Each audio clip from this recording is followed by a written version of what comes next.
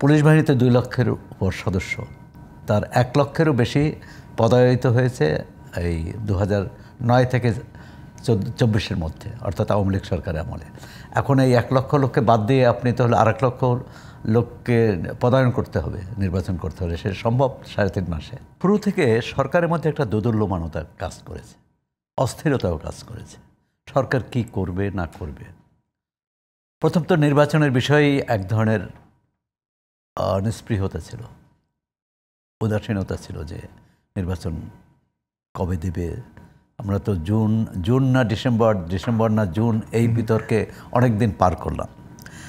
তারপর সরকারের কোনো পদক্ষেপে বেশ কিছু অন্য দলগুলো ভাবতেই পারে তাদের প্রতি অবহেলা করা হয়েছে, তাদেরকে উপেক্ষা করা হচ্ছে। যেমন ধরেন এই 3টি দলকে কেন, মঞ্জু ভাই একটা ব্যাখ্যা দিয়েছেন। তো এইসব আলোচনা, সবই আলোচনা প্রকাশ্যে অপ্রকাশ্যেও আলোচনা হয়। সমঝোতা, জাতিসংঘে 3টি দল গেল, এখন 27টি দল যদি বলে, যদিও মঞ্জু ভাইরা খুব উদার বলে হয়তো বলবেন না যে তাহলে 3টি দল নিয়েই তো নির্বাচন করলে হয়। আসলে অন্তর্বর্তী সরকারের শুরু থেকে যে নিরপেক্ষতা, যে শক্ত অবস্থান নেওয়ার কথা ছিল এবং ন্যায্যতার ভিত্তিতে সমস্যাগুলো দূর করার কথা ছিল, সেটি পারেনি অনেকাংশে। এখানেই সংকটের শুরু। আজকে যেমন ধরেন এই প্রশাসন নিয়ে বিএনপির অভিযোগ, জামাত ইসলামের অভিযোগ, এনসিপির অভিযোগ বা অন্যদের অভিযোগ, এটা কেন আসছে? সরকার কোন পদে, সে স্বৈরাচারের দোসর হোক, অযোগ্য লোক হোক, সেটা একটা নিরপেক্ষ তদন্ত কমিটির মাধ্যমে যাচাই বাছাই করে কাউকে পদায়ন করেছে? একটা গ্রুপ যে বলেছে যে ইনি স্বৈরাচারের দোষর, তাকে সরানো হলো। একটা গ্রুপ যে বলছে ইনি জামাতের, তাকে সরানো হলো। একটা গ্রুপ যে বলছে যে এটি বিএনপির, তার বিরুদ্ধে ব্যবস্থা নেওয়া হলো। এই যে অবস্থাটা, অর্থাৎ সরকার অভিজ্ঞতার অভাব আছে, এটা স্বীকার করি, কিন্তু অভিজ্ঞতার অভাবটা কাটানো যায় নিষ্ঠা, একাগ্রতা এবং আন্তরিক প্রচেষ্টার মাধ্যমে। সময়ের সাথে সাথে তো একটু দক্ষ এবং সময়, হ্যাঁ, 14 মাস পরে হলে অদক্ষ বললে হবে না। আর বাংলাদেশে যেহেতু অভিজ্ঞতা আছে ইতিমধ্যে, আমরা 3টি, যদি ওই অর্থে বলি 3-4টি তো আমরা তত্ত্বাবধায়ক সরকার পেয়েছি, যাদের অন্তত 3টি তো 3 মাসের মধ্যে নির্বাচন দিয়েছে। সরকারের প্রথম ভুল যেটা, বা রাজনৈতিক নেতৃত্বের যারা সরকারকে এনেছে, যাদের সম্মতিতে সরকার এসেছে, নির্বাচনের সময়সীমাটা প্রথমে নির্ধারণ করে দেওয়া উচিত ছিল। তাহলে কিন্তু এত সমস্যা হতো না। সেটা হতে পারে 2025-এর ডিসেম্বর, এমনকি আগেও হতে পারত।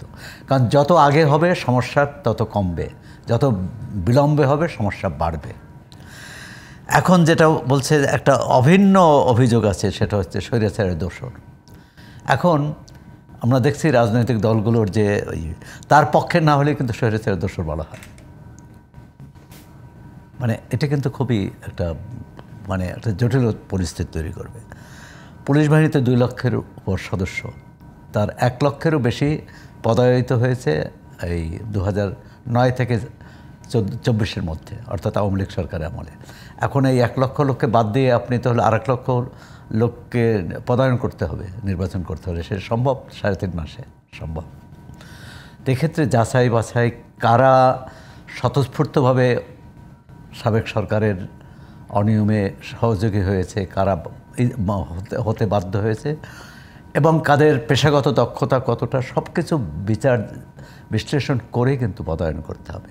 প্রধান উপদেষ্টা আশ্বাস দিয়েছেন প্রশাসনের রদবদলের ব্যাপারে তিনি দেখবেন। স্বরাষ্ট্র মন্ত্রণালয়ে তো একজন উপদেষ্টা আছেন, এখন সেটা কে দেখবেন? সে যদি প্রধান উপদেষ্টা দেখেন, তাহলে স্বরাষ্ট্র উপদেষ্টার কিন্তু কোনো কাজ থাকে না। এরকম অন্য মন্ত্রণালয়। তো সুতরাং এক ধরনের আর পারস্পরিক আস্থাটা তৈরি করা, এই বৈঠকগুলো যদি পারস্পরিক আস্থা অর্জনের এবং অনাস্থাটা দূর করার জন্য হয়ে থাকে, আমরা স্বাগত জানাই। এবং তার একটা ফলাফল, ইতিবাচক ফলাফল চাইবে। এই কারণে যেমন বিএনপির পক্ষ থেকে অভিযোগ করা হয়েছে, যারা দলীয় মনোভাবাপন্ন বা দলের প্রতি পক্ষপাত আছে অথবা দলের হিসেবে পরিচিত, তাদেরকে অবশ্যই কারণ এটি নির্দলীয় সরকার। এই সরকারের কেউ দলীয় লোক এটিতে হওয়া উচিত না, তাহলে তো অন্যরা এটা আস্থা রাখতে পারবে না। এখন এটা কিভাবে সমাধান করবে? আবার এর পাল্টা নিশ্চয়ই, আমি জানি না যে আজকে এনসিপির সাথে বৈঠক কী হবে। তারাও যদি আবার বাকি অন্য তিনজনের নাম বলেন যে এরা অমুক দলের সাথে সম্পৃক্ত বা তাদের প্রতি তাদের পক্ষপাত আছে, মানে সমস্যার সমাধানের জন্য বৈঠকগুলো হলেও খুব ভালো। আর এই ধারাবাহিক বৈঠকের ক্ষেত্রে একটা প্রকাশ্যে ঘোষণা থাকা উচিত। যেমন জানি না যে এটা বিএনপির আগ্রহে হয়েছে না উপদেষ্টার সরকারের আগ্রহে হয়েছে। বিএনপির আগ্রহে হলে তো যে কেউ সাক্ষাৎ চাইতে পারেন এবং সরকার সাক্ষাৎ দিয়েছেন। কিন্তু যদি সরকারের পরিকল্পনা অনুযায়ী হয়ে থাকে তাহলে কিন্তু একটা প্রশ্ন আসবে, তাহলে চুক্তিতে জুলাই সনদে সই দেওয়া অন্য দলগুলো নয় কেন?